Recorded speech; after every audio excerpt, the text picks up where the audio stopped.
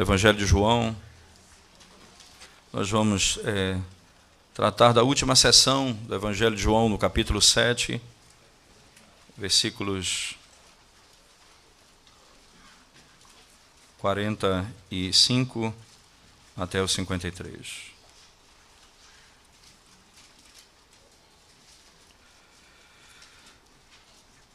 Evangelho de João, capítulo 7.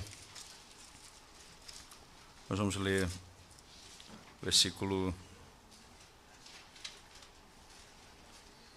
45 até 53. Diz assim as Sagradas Escrituras: Voltaram, pois, os guardas à presença dos principais sacerdotes e fariseus, e estes lhes perguntaram: Por que não o trouxestes?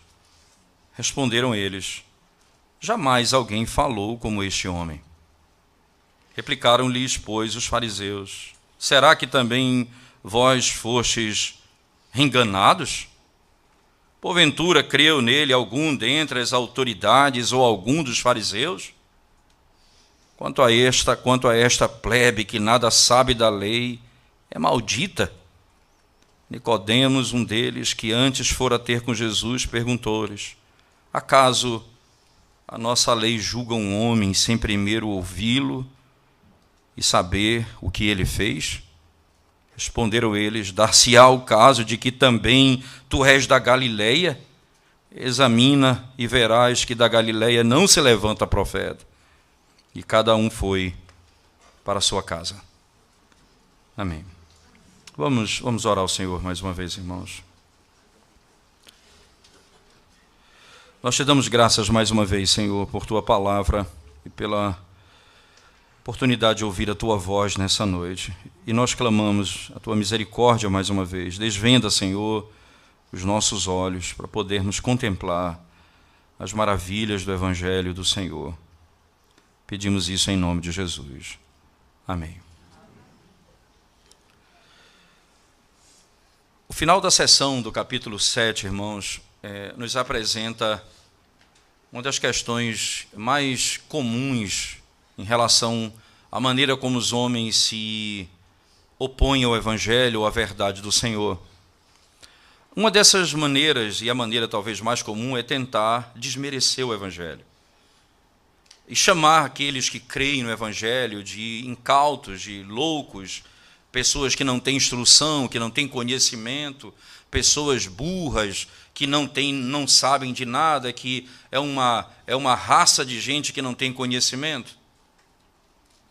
Uma das maneiras, isso é muito forte nos nossos dias, então, porque quando o que se opõe à verdade, ele veste um jaleco branco, isto é, ele se apresenta como um cientista, e esse cientista é aquele que do alto da sua cátedra coloca um púlpito, então ele proclama o seu evangelho dizendo, com base nas verdades da ciência, e nós podemos dizer: Deus não existe, isso não é verdade, isso que a Bíblia diz é mentira.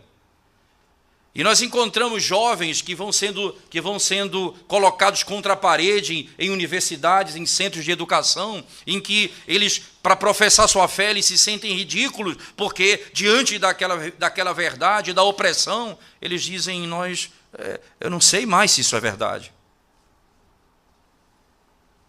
Nós vivemos hoje uma realidade que não era diferente da época em que João descreve esses acontecimentos. Perceba que a narrativa, ela exatamente trata do tema pela maneira desrespeitosa, debochada, como eles falam, do povo de Deus e da verdade do Evangelho. No versículo 46, ele diz: Responderam eles: Jamais alguém falou como este homem. Ora, os que trouxeram informação sobre ele declararam a sua capacidade e o que Cristo era. Mas no 47 replicaram-lhes, pois, os fariseus: Será que também vós fostes enganados? Perceba, isto é, quem crê nesse homem é enganado. Vocês foram enganados também, porque só alguém que é enganado pode acreditar nisso. No verso 48, veja ainda, por favor: Porventura creu nele algum dentre as autoridades. Aí então ele coloca os homens de poder, dizendo, perceba, veja os homens de autoridade, quem creu nele? Veja aqueles que têm conhecimento, quem creu nele? Quem foi que disse que ele é real? E que isso é verdade, o que ele ensina? Ele, alguém dos fariseus. Aí ele olha e diz, veja a nata, veja os conhecedores, veja o nível, e veja esses. Isso é exatamente o que você percebe nesses dias. E aí ele olha para o povo e diz, veja agora o desprezo, no verso 49. Quanto a esta plebe, veja, quanto a este povo. É interessante que o termo plebe aqui é muito bem utilizado, não é? Porque quanto a este povo, essa é a ideia, quanto a este povo.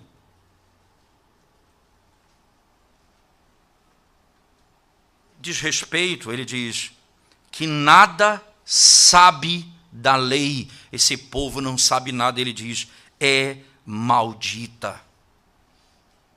Quanto a este povo que nada sabe da lei, é maldita.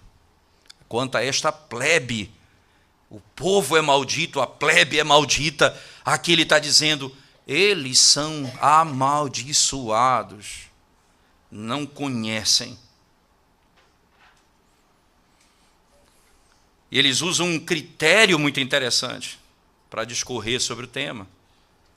O problema é que na sabedoria de Deus, que transcende todo o entendimento do homem, ele descreve esse acontecimento do 45 ao 53, numa única palavra que encerra o verso 44. Veja, o verso 44, a penúltima seção da narrativa, diz assim, alguns dentre eles queriam prendê-lo, mas ninguém lhe pôs as mãos. Por mais sábio que eles imaginem que seja, ninguém vai fazer nada contra o Senhor Jesus Cristo se não for o tempo determinado. Ele é que tem um domínio sobre essas coisas. Mas a sequência do texto, veja, a sequência do texto há uma descrição. Eles tentaram fazer, mas o Senhor deixou uma testemunha e um testemunho impressionante. Porque quem eles enviam para trazer Jesus Cristo, para prender a Cristo? Ora, não são necessariamente simples guardas. Mas veja o verso 45. Voltaram, pois, os guardas à presença dos principais sacerdotes e fariseus. Perceba, eles levaram homens para arrancar Jesus de lá. E por que eles não trouxeram Jesus? Eles têm homens que eles vão escolher para esse fim, para cumprir o propósito deles, que é enganar, que é destruir. Só que quando eles voltam, ao invés de trazer Cristo, ele traz um testemunho. Veja, eles trazem uma destruição para dentro da própria tese deles. Jesus põe uma testemunha dele dentro do meio e no meio deles. E eles têm que ouvir o que eles vão dizer agora. Sabe por que nós não prendemos ele? Jamais alguém falou como este homem. O testemunho deles era esse, o que nós ouvimos desse homem, nós nunca ouvimos de ninguém.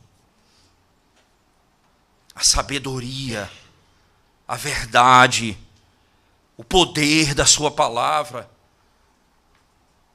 a profundidade do seu ensinamento, a simplicidade do seu ensinamento, nunca ninguém falou como ele. Veja, isso era um testemunho comum. Quando Cristo encerra o Sermão do Monte, por exemplo, o narrador e o Evangelho de Mateus descreve isso muito bem. Os escribas e fariseus diziam, o povo falava, ele fala como quem tem autoridade, não como os escribas e fariseus. Ele fala como quem tem autoridade. Aqui o Senhor traz para dentro deles, para dentro desse grupo, testemunho. E ele diz, preste atenção, jamais alguém falou como desses homens. E por que vocês não trouxeram ele? O argumento não foi porque o povo impediu, porque era uma multidão, porque era muita gente. Eles disseram, nós não podemos, diante do que nós ouvimos, nós ficamos impressionados com aquilo que ele falou. Ora, irmãos, a voz que se ouve, e João é poderoso em descrever isso muito bem. Ele descreve no primeiro capítulo de João que Jesus era Deus e estava com Deus. Isto é, mostra que ele é uma pessoa distinta do Pai, mas mostra que ele é Deus como o Pai. E diz, tudo o que foi feito por meio dele. E a descrição dele é o Verbo de Deus. No princípio era o Verbo. Se há algo que o nosso Deus faz, é falar. Ele criou o mundo por meio da fala. Haja luz e houve luz. E o que ele fala é poderoso. Ele traz a existência. E aí depois nós ouvimos, o Verbo se fez carne e habitou entre nós. Agora, eles estão descrevendo que o Verbo que se fez carne fala diferentemente. Porque o poder do seu ensino é como o poder da sua criação.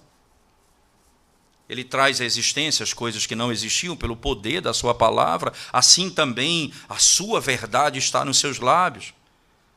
É por isso que aquilo que nós chamamos, aquilo que é a palavra de Deus é a verdade, porque não pode ser separado dele. Assim como ele é a verdade, a sua palavra é a verdade. Assim como ele é a autoridade da palavra repousa naquele que é o autor da palavra, o próprio Deus. E isso que ele diz aos homens impressiona de tal maneira que eles são impactados e não tem como inventar nenhuma história. Eles poderiam criar, porque eles eram farsantes, mentirosos. E para salvar a pele, eles poderiam contar qualquer história, mas eles vão dizer, jamais alguém falou. Vocês sabem o que é isso? Ele está falando um sinédrio, ele está falando para homens que vivem da fala. Ele está falando para homens que se assentam na cadeira de Moisés. Ele está falando para aqueles que julgam, que ensinam Israel. Ele diz, nós nunca ouvimos, jamais ninguém falou como esse homem. Então ele está olhando para aquela multidão dizendo, nenhum de vocês. Ele tem mais autoridade do que Moisés, mais autoridade daqueles que se assentam na cadeira de Moisés, no trono. Agora ele é aquele que fala. Perceba o testemunho que Deus traz. Quando se arma uma armadilha muito clara para se condenar o Senhor, o Evangelho mostra que assim como ele não permite que eles toquem em Cristo, porque não era tempo ainda, ele tem testemunha em todo lugar. O nome dele vai ser exaltado.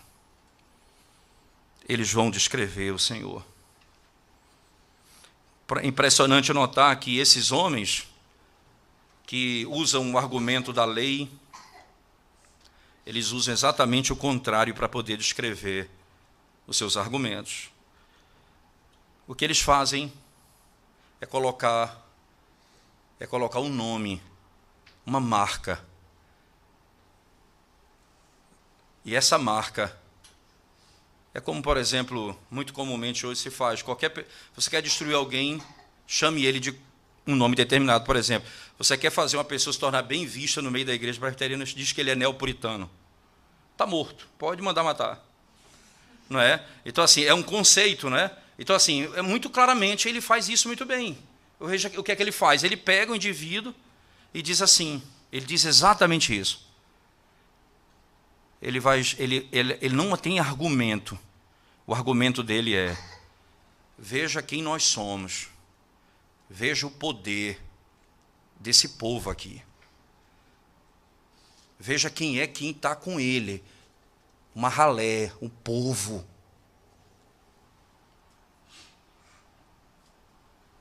Esse povo não consegue entender. E aí veja, por favor, no verso 47, replicaram-lhe, pois, os fariseus, será que também vós fostes enganados? Eu estou com a impressão que vocês foram enganados também por esse povo.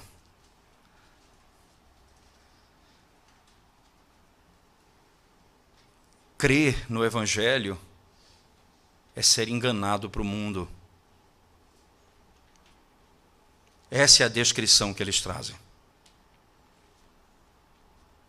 Por que ser enganado? Porque você crê naquilo que você nunca viu, você espera naquilo que você nunca tocou, você tem certeza nas coisas que você nunca pôs os seus olhos.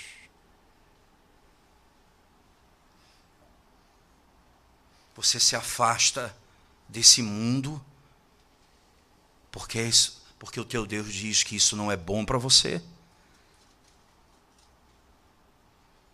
Você anda de conformidade com seus preceitos, porque os preceitos do Senhor se opõem aos ensinamentos dos homens. Você segue um caminho oposto ao caminho do mundo. Interessante. O relato bíblico, desde o princípio, é esse. Satanás é mentiroso. E ele, segundo o registro da mulher de Eva, foi assim. Ela me enganou e eu comi. Isso foi o engano. Porque prometeu o que não podia dar. Porque fez a promessas que não podia cumprir.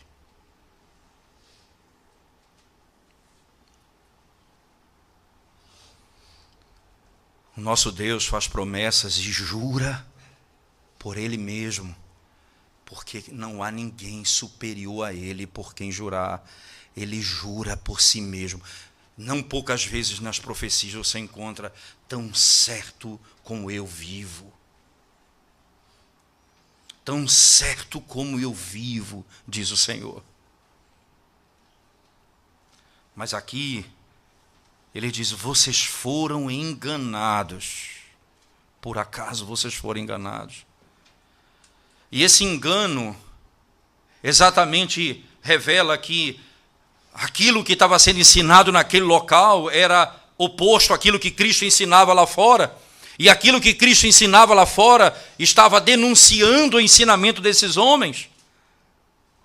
E eles creram na palavra do Senhor. Certamente não podemos dizer aqui que houve conversão, o texto não nos deixa essa margem, nem podemos afirmar isso categoricamente, mas certamente houve algum entendimento a ponto deles declararem esse tipo de coisa dentro daquela reunião, no meio daqueles homens, que eles sabiam da sua ira. E aí, o argumento outro é muito claro, o argumento é, veja, vocês foram enganados, porque isso é o conceito de fé. Vocês foram enganados. Para o mundo é isso. Veja, é exatamente isso que as pessoas vão dizer para você. Ora, você é um louco, você não aproveita a sua vida, você deixa de viver a sua vida para ir à igreja. Ora, no dia do Senhor, num domingo, você podia estar indo ao jogo com os amigos, você vai à igreja de manhã e de noite. Os homens não entendem isso. Ele diz, isso não é certo. Tem uma família da igreja que ia para o interior e voltava para o culto, e quando estava para voltar, os pais brincando e dizendo, olha, o pastor não vai fazer chamada esse domingo não, você pode faltar domingo, não vai ter chamada hoje não. Pô, é um tipo de... É a maneira como as pessoas veem, eles não conseguem enxergar, eles são cegos, e você diz, não, esse é o dia do Senhor, eu vou adorá-lo. Mas que prazer tem nisso? Esse é o prazer da minha alma. Essa é minha satisfação, estar na casa de Deus com o meu povo.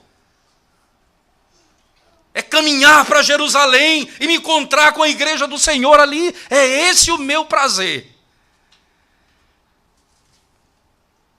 Os homens vão dizer, você está enganado.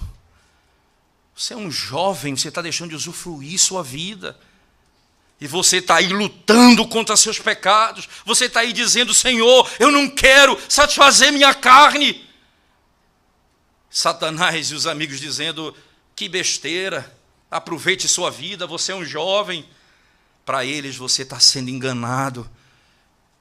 Você encontrou a vida eterna. E eles não entendem isso. Mas eles partem por outro argumento, agora da autoridade. No 48 ele diz, porventura creu nele, e os termos são certos, né? creu nele alguém dentre as autoridades, ou algum dos fariseus? Vocês acham que algum deles creu no Senhor? Logo, se nós não cremos, e nós somos o máximo do conhecimento, a nossa escola é a melhor, crer nele é ser burro.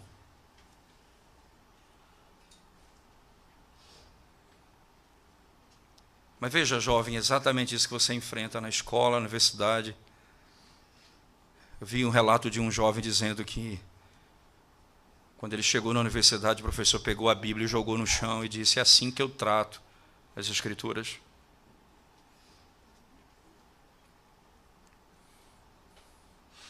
Eles riem de você dizendo: isso que você crê é retrógrado. A ciência prova o contrário.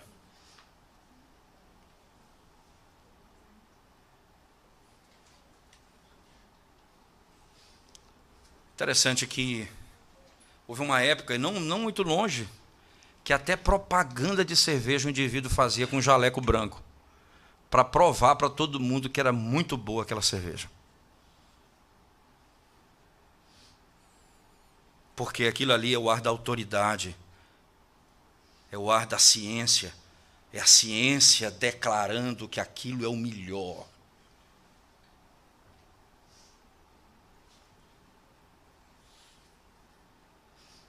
E aí eles estão dizendo: perceba, se os homens da cátedra, se os catedráticos dizem não, quem vai dizer sim? Olhe para nós, e quem de nós creu? Olhe para nós, e quem de nós acreditou nessas coisas?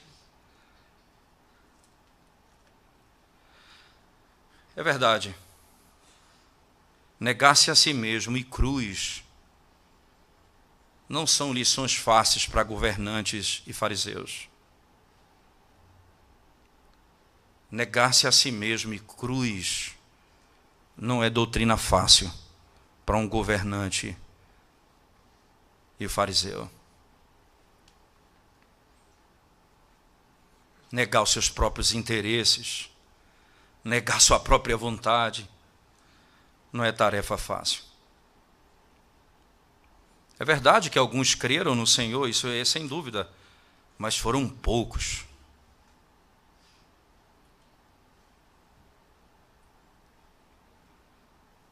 Porque eles não queriam descer do seu pedestal e perder o domínio sobre todas as coisas.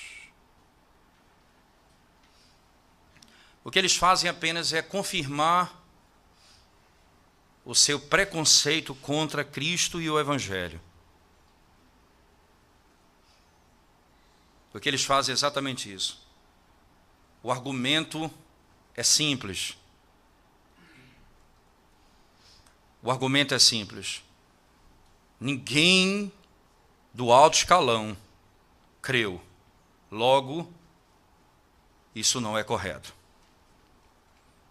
Quem creu? A plebe, o povo. Logo, não presta. Esses homens, certamente, não é? Eles estão revelando no seu coração que eles não creem em Cristo. Eles não creem em Cristo de várias maneiras. Veja, eles não creem em Cristo porque eles não reconhecem a autoridade dele, não reconhecem o senhorio dele, não reconhecem a sua palavra e a sua interpretação dos fatos como sendo verdadeira. Eles dizem: ora, nós somos as pessoas mais importantes do mundo, nós somos, olha, o grupo aqui é singular, o grupo aqui é inequivocamente singular, não há ninguém igual a nós. Se nós falamos que não é assim, não é assim. Nós estamos com a verdade.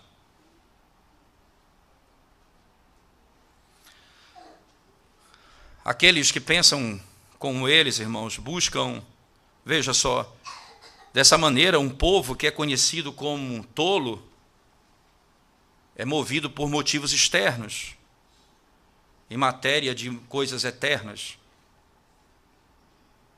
Quando se trata de questões eternas, eles são movidos por questões externas. Eles preferem ir para o céu, ou melhor, preferem ir para o inferno, na companhia dos governantes e fariseus, do que perder a glória dessa vida e passando pelo sofrimento que eles deveriam passar, se opondo a toda essa estrutura pecaminosa. Na sequência, por favor, veja na sequência do texto comigo, no verso 49. Quanto a esta plebe que nada sabe da lei, é maldita. Quanto a este povo que nada sabe da lei, é maldito. É interessante nós pensarmos, irmãos, que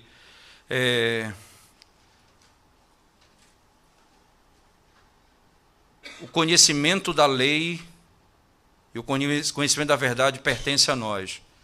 O povo não conhece a lei, não conhece a verdade. Eles são malditos. Você entende que aqui não é um discurso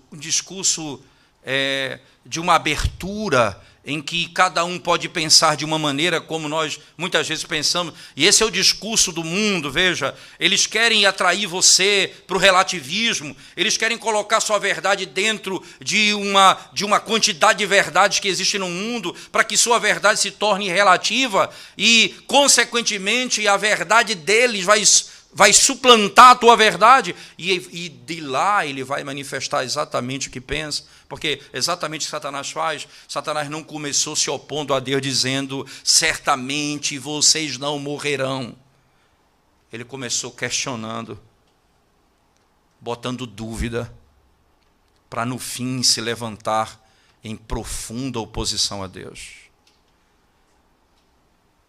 Quando nós negamos a nossa perspectiva, quando nós tiramos os nossos óculos para ver o mundo, isto é, quando tiramos as escrituras, quando não olhamos para o mundo a partir da verdade de Deus, nós estamos aceitando ver o mundo numa outra perspectiva, e rapidamente nós cairemos dentro de uma estrutura relativista que depois se mostrará tão perversa, porque eles aceitam tudo menos o cristão. Eles aceitam qualquer prática menos Cristo. Eles aceitam até a moral, mas não aceitam o Evangelho. Mostrará a sua face perversa. De vez em quando escapa da boca desses homens coisas como essa. Quando eles querem abrir o conceito de casamento e de família para uma perspectiva tão abrangente, de vez em quando você escuta alguém dizendo, nós precisamos destruir esse nome casamento, porque está eivado de conceito judaico-cristão, isso tem que ser arrancado da sociedade.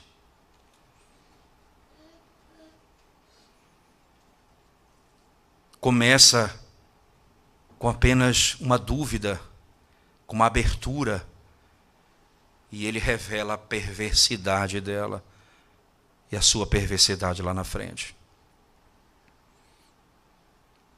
Nós não negociamos a verdade do Senhor por coisa alguma,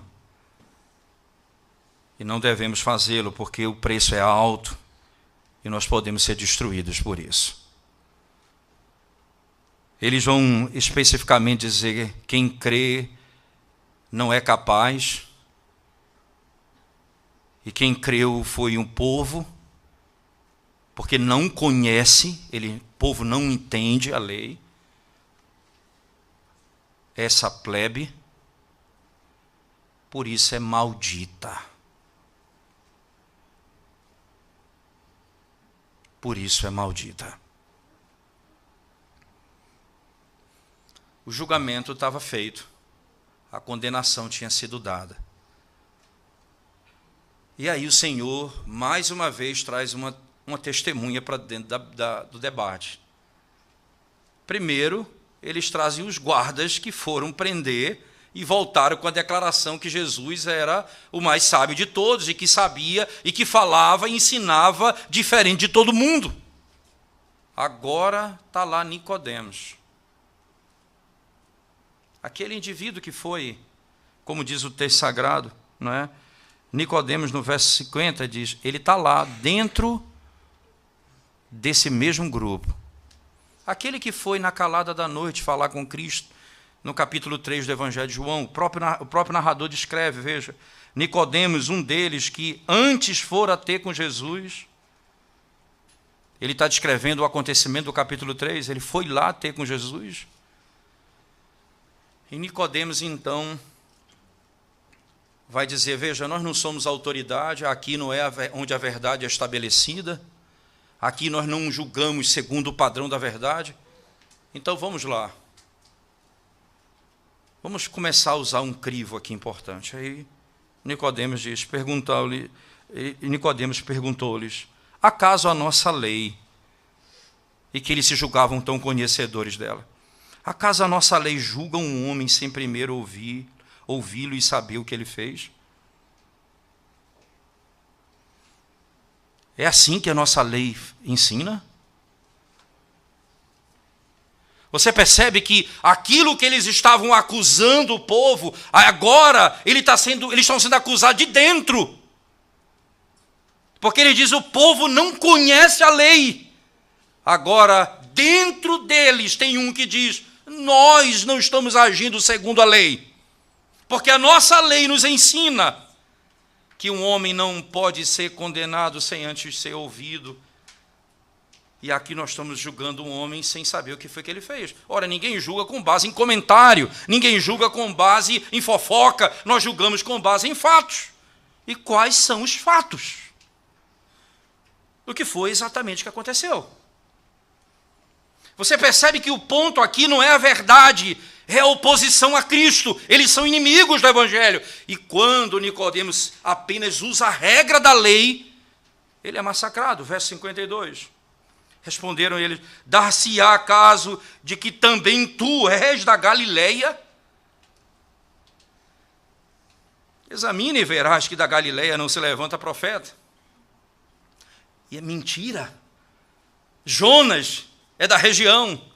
Os profetas, você tem pelo menos 3 profetas do Antigo Testamento que vieram da região da Galileia. Mas não é a verdade que é o ponto. Porque eles têm o controle sobre ela. O problema é inimizade contra Deus. Eles não estão agindo aqui com base na verdade, porque eles estão agindo para destruir a verdade. E a verdade é por meio da mentira e do engano. É como é interessante você pensar. Várias pessoas questionam Nicodemos nesse texto. O que Nicodemos está fazendo nesse lugar? Porque quando ele foi falar com Cristo, é para seguir a Cristo. Matthew Henry diz assim, ora, não se sabe, Jesus chamou Nicodemos para segui-lo. Vem, segue-me. E Deus queria que ele estivesse lá. No dado momento, era a testemunha que ele queria lá, naquele lugar, naquele momento. E assim o Senhor faz conosco. Muitos são chamados, vem, segue-me. Outros o Senhor vai colocar em lugares estratégicos que vão, no momento certo, levantar a voz e dizer, eu sigo a Cristo e isso aqui é mentira. O Senhor vai ser honrado em lugares específicos.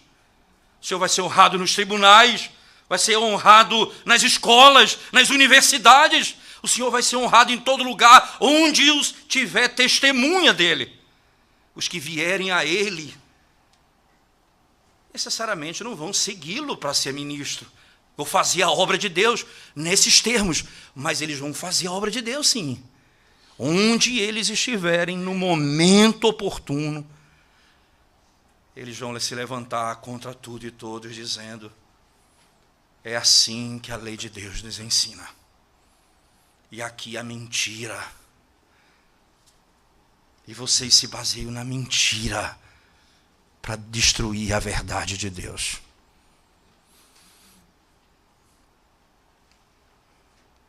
Essa é a grande maravilha. Jovens, Deus queira chamar muito de vocês para o ministério sagrado, missionários dedicados à palavra de Deus. Deus queira chamar muito de vocês, que haja uma safra rica no nosso meio, mas que vocês sejam, onde estiverem, nos tribunais, nas universidades, nas escolas, no comércio, você é a voz que se levanta para testemunhar do Evangelho onde quer que você esteja.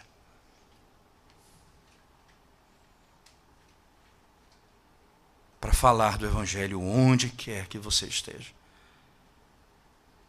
E nesse momento, perceba, responderam eles: dar-se-á de que também tu és da Galileia? Examina e verás que da Galileia não se levanta profeta. Mentira! Porque o problema deles é: Jesus veio da Galileia. Jesus veio de Belém, da Judéia. Ele não veio da Galileia. Primeiro ponto estranho da tese dele. Segundo, da Galileia tem profeta. Citando de cabeça Jonas, é um deles, inequivocamente, o profeta Jonas da região. Mas vem o ponto. Cada um foi para a sua casa. Dispersaram. O motim se desfez. Porque quando eles argumentam, a mentira deles foi exposta. Eles não tiveram o que falar e foram embora.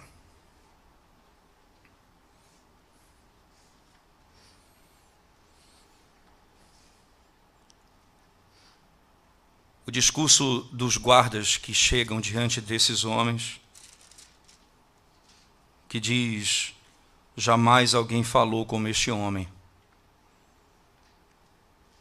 mostra exatamente um aspecto claro de que Jesus é o profeta de Deus. Maior do que Moisés como profeta. O profeta já disse outras vezes, reafirmo, Moisés dizia: assim diz o Senhor. Jesus diz: em verdade, eu vos digo.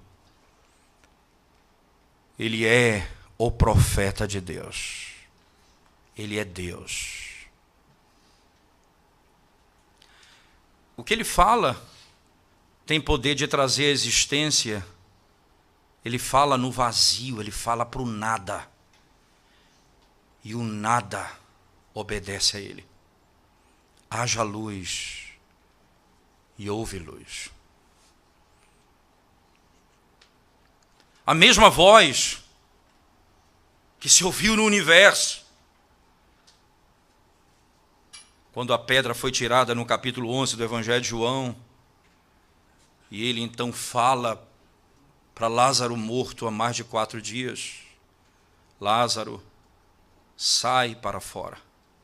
Literalmente, redundante assim: sai para fora.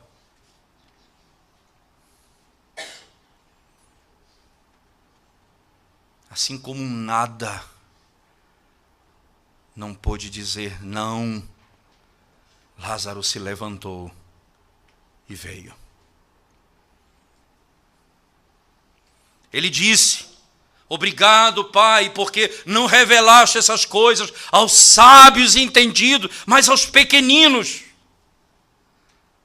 Paulo, escrevendo aos Coríntios, diz: vede, olhe para a vossa vocação, e não há muito de nobre nascimento no vosso meio, porque Deus chamou as coisas loucas, as que não são, para envergonhar as que se acham, que pensam que são.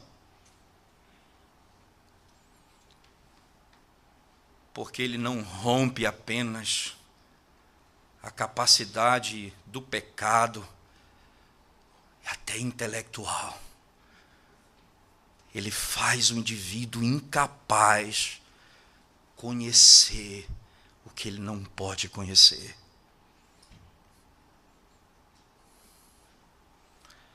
Se eu posso usar essa imagem, é como se dissesse assim: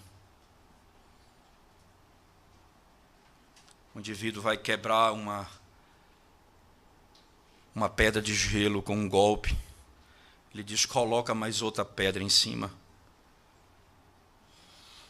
Além da incapacidade do pecado, ele diz: eu faço aquele que é incauto, indouto, se tornar conhecedor.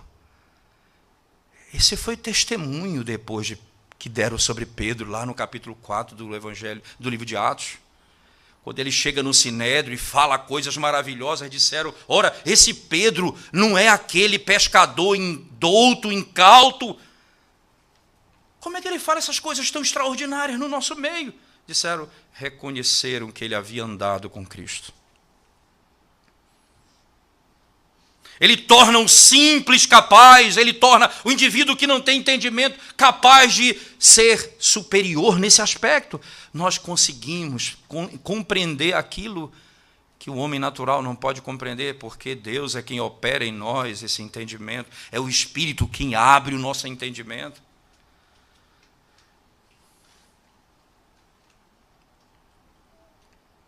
Não é a nossa habilidade, não é a nossa capacidade que está em jogo, mas é o poder de Deus em falar e se fazer compreender.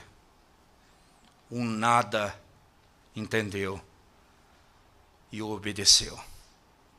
O morto ouviu e se levantou. Ele faz isso conosco, mortos nos nossos delitos e pecados. Ele nos faz compreender o Evangelho de Cristo. Mas esse conhecimento, irmãos, ele é o conhecimento que abre a nossa mente para entender o mundo. Você entende a obra do Evangelho e Cristo entende o mundo. Você vê a ciência numa outra ótica, você vê a educação numa outra ótica, você vê família numa outra ótica, você vê cidade numa outra perspectiva, você vê política numa outra perspectiva. O seu mundo é transformado por meio do Evangelho, porque a palavra de Deus lhe dará entendimento e você poderá compreender as coisas do Senhor. Fora isso,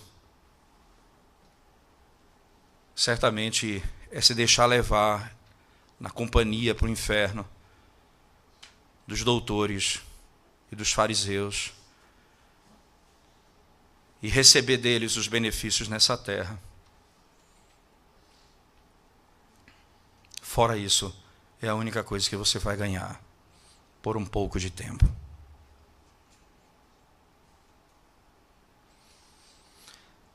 E eu falo isso principalmente a você, jovem, eu me dirijo diretamente a você. Você precisa estar firme nessas verdades. A palavra de Deus, ela é a verdade e não há como negociá-la diante do mundo. Não aceite a tentação que eles vão dar eles vão querer colocar em você. Que é a tentação, tire a Bíblia do seu olhar. Tire as Escrituras dos seus olhos e veja a ciência sem a Bíblia, porque aqui nós somos estudantes neutros e a religião ela é colocada lá de fora, aqui é ciência pura. Não caia nesse engano, não caia nesse engodo, isso vai destruir você. Não aceite esse argumento. Porque isso, certamente, é o princípio do engano de Satanás, para no final ele dizer para você, a Bíblia é desnecessária.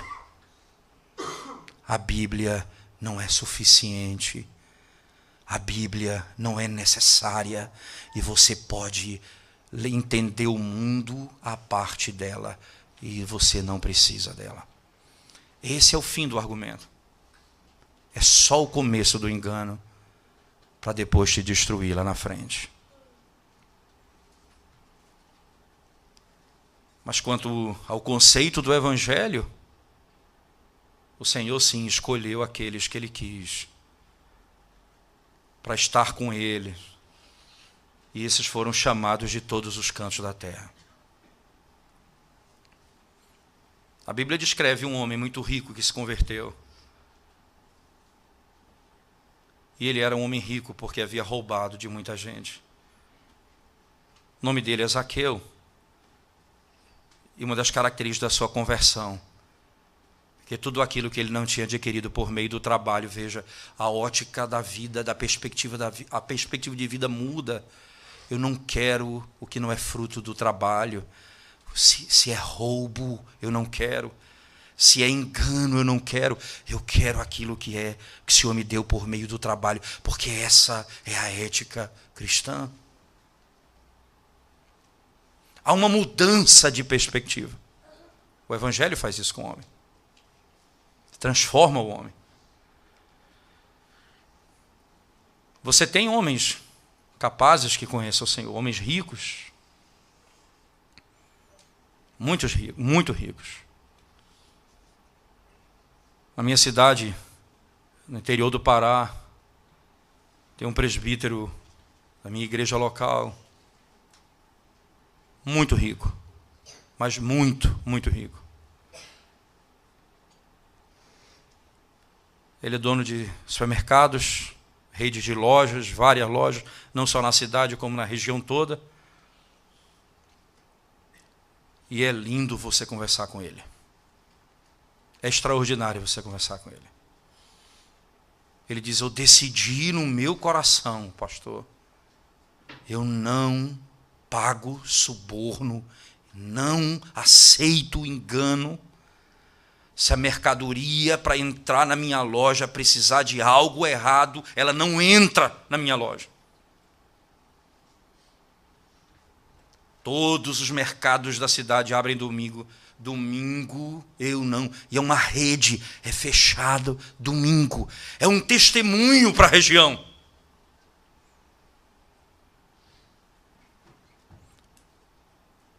Um testemunho. Ele cumpre exatamente o que diz lá a lei do Senhor. Porque a lei é dada para a autoridade, não é? Ele diz que o teu servo, a tua serva, veja, então é o que tem servo e serva, porque não é só você que descansa, mas os que trabalham para você também nesse dia precisam descansar. E ele faz exatamente isso.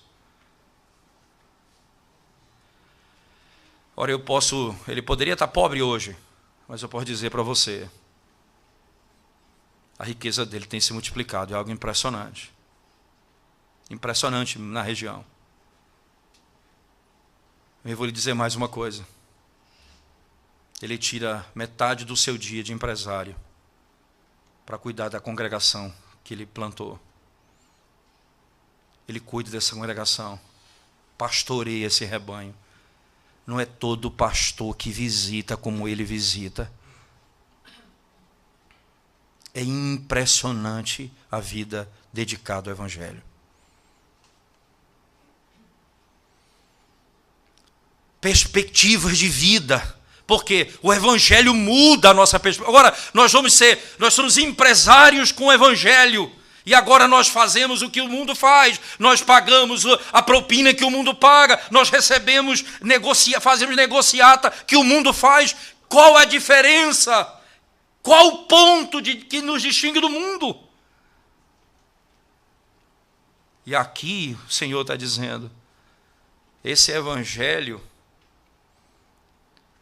ele muda de tal maneira as pessoas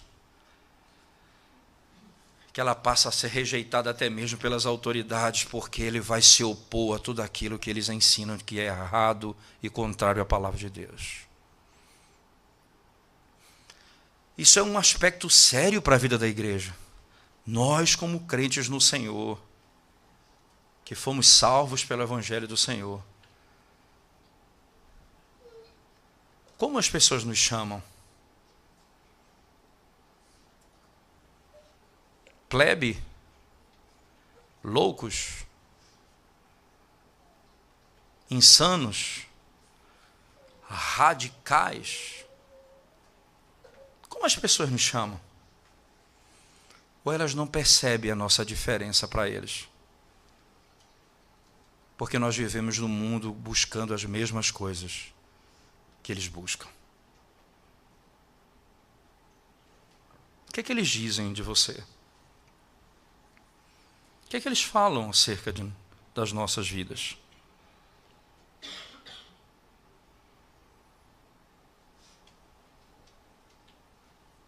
Lá eles diziam: esses são enganados. Você foi enganado pela verdade também? Eles são malditos? É você também maldito por causa da verdade também?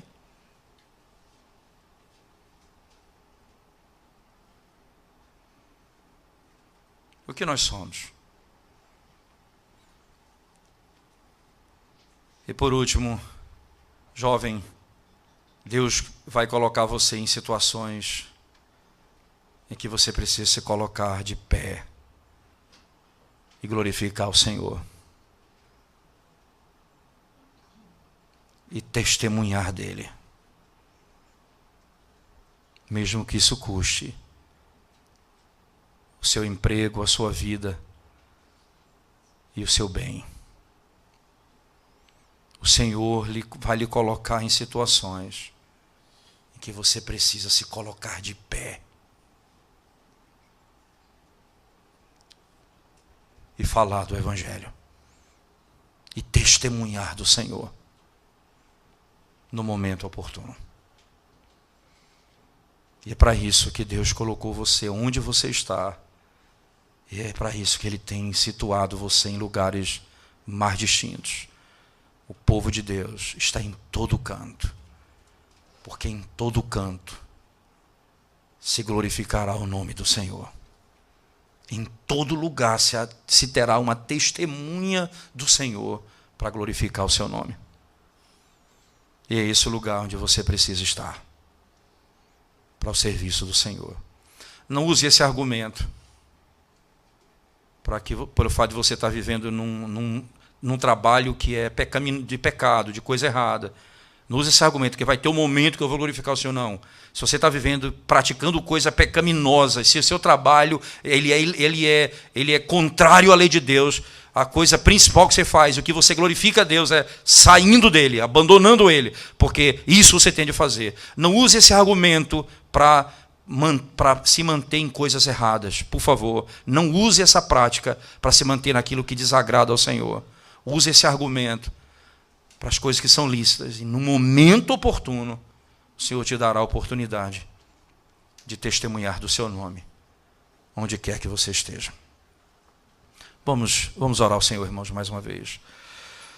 Nós te damos graças, Senhor, por tua palavra e pelo privilégio que temos de sermos exortados pelo Evangelho e ao mesmo tempo confortados pelo Evangelho. Porque quando o mundo nos chama, Senhor Deus, de enganados, loucos e malditos, o Senhor nos chama, meu povo. O Senhor nos chama, benditos de meu Pai. E é exatamente nisso que repousa a nossa esperança, Senhor.